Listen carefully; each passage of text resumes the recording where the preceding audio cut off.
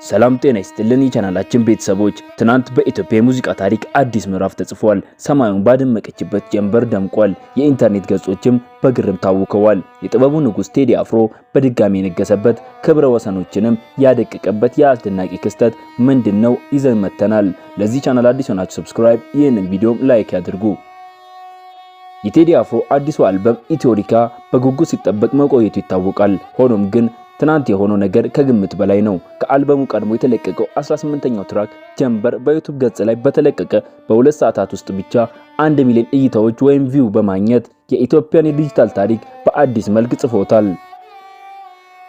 ይህ ስኬት ቁጥር ብቻ አይደለም። ይህ ስኬት ኢትዮጵያውያን ለጥበብ ያላቸውን ጥማት ያሳየበት፣ ጥራት ያለው ስራ የትም ሊደርስ እንደሚችል የተረጋገጠበት እና የቴዲ አፍሮ ስም በኢትዮጵያ ልብ ውስጥ ምን ያህል ስር የሰደደ መሆኑን ዳግም ያስመሰከረበት ክስተት መሆኑ አምሽቷል። በማህበራዊ ሚዲያዎች ላይ አስተያየታቸውን የሚሰጡ የጥበብ አፍቃሪዎች ይህ ለቴዲ ብቻ ሳይሆን ለኢትዮጵያ ሙዚቃ ኩራት ነው በማለት ደስታቸውን እየገለጹ ይገኛሉ።